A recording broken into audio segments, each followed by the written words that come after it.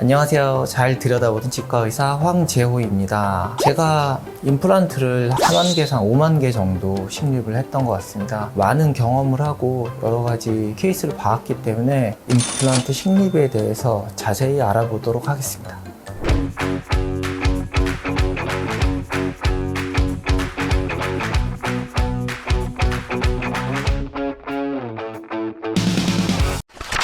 임플란트 식립의 첫 번째 단계로는 상담하고 진단을 내리게 되는데요. 환자분들이 어떤 니즈에 의해서 병원을 방문을 하셨고 해당 부위에 임플란트 식립을 어떤 방법으로 해야 되는지 결정을 하게 되는데요. 그런 결정을 하기 위해서는 물론 제가 환자 입안에 직접 보는 것도 중요하지만 여러 가지 진단 장비들, CT, 페이스 스캐너 이런 것들을 이용해서 정밀하게 진단을 하게 됩니다. 환자분이 원하시는 부위에 어떤 종류의 임플란트를 어떻게 심고 또 뼈이식 여부까지 결정한 후에 수술 계획을 세우게 됩니다. 수술 약속을 잡게 되시면 발치를 먼저 진행해야 되거나 치아가 없는 상태로 내원하신 경우도 있는데요. 치아가 없는 상태로 내원했을 경우에는 해당 부위에 임플란트 심을 만한 뼈가 존재하고 있는지를 먼저 보고 뼈 이식량이 모자라다면 두 가지 방법이 있는데 임플란트를 심으면서 뼈 이식을 하는 방법과 미리 뼈 이식을 해놓고 기다리는 방법이 있습니다. 치아가 이미 있는 경우에도 먼저 발치를 하게 되는데 뼈 이식 여부에 대한 결정은 기준이 여러 가지로 있기 때문에 어떤 경우에 한다라고 설명드리면 좀 어렵고요. 엑스레이랑 여러 가지 종합적인 상황을 파악을 해서 치과 의사가 결정을 하게 됩니다. 여러 가지 준비가 되어서 상황이 임플란트 이제 나사를 심게 되는데요. 나사를 심는 과정은 나무에 못을 박는 과정과 거의 비슷합니다. 저희가 그 환자분의 뼈 사이즈를 보고 심을 수 있는 임플란트의 직경을 선택을 하게 됩니다. 뼈 위치에 드릴을 점차 확대를 해서 형성을 한 후에 임플란트를 심게 되고요. 환자분들이 많이 착각을 하시는 게 바로 치아를 올릴 수 있지 않느냐 생각을 하시는데 이 임플란트라는 게 뼈에 심게 되면은 바로 기능할 수 있는 게 아니라 뼈와 임플란트가 붙는 과정이 생기게 됩니다. 이걸 골육착 과정이라고 말씀을 드릴 수가 있는데요. 이런 골육착 과정은 뼈 이식을 했느냐, 상악이냐, 하악이냐, 어느 부위에 했느냐에 따라서 약간씩 달라지게 됩니다. 일반적으로 봤을 때 하악 같은 경우에 보통 2개월 정도, 상악 같은 경우에는 보통 3에서 4개월 정도 기다리게 됩니다. 여기서 환자분들이 뼈 이식량이 많다면 기다리는 양은 더 길게 된다고 생각하시면 됩니다. 사람들이 보통 궁금해하시는 게 세로반드 나사가 어떻게 뼈에 붙느냐라고 생각하실 수 있습니다.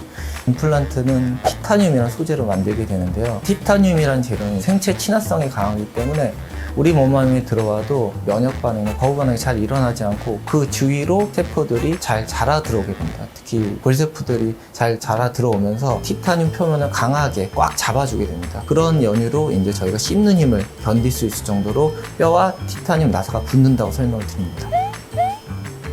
충분한 기간이 지나고 난 후에 제일 중요한 건 뼈랑 티타늄 나사가 어느 정도 강도로 붙었느냐, 그게 제일 중요하겠죠. 그래야지 이제 씹는 힘을 견딜 수 있게 되니까요. 티타늄 나사와 뼈랑 어느 정도 붙었는지 측정하는 기계들이 있습니다. 어느 정도 시점을 기다린 후에 측정을 하고요. 그게 어느 정도 수치 넘게 되면은 환자분에게 그 상부 구조물, 보통 이제 치아라고 생각하시는 그 부분을 만들어 드리게 됩니다. 여기서 이제 환자분들께 치아를 끼워드릴 때 여러 가지 설명을 드리는데 보통 두 가지를 크게 설명드립니다. 저희가 하게 되는 치아는 환자분들이 많이 비교를 하시는 게 예전 자연치랑 많이 비교를 하게 되세요. 임플란트는 일단 치아를 뽑은 자리에 들어가게 되잖아요. 치아를 뽑게 되면은 그 자리가 조금 뼈가 쪼그라들게 됩니다. 그 상태에서 정상 사이즈의 치아를 올려드리기 때문에 치아와 환자분이 가지고 있던 잇몸 사이에 턱 같은 게 생기게 돼요. 음식물이 보일 수 있다. 이거 첫 번째로 얘기해드리고요.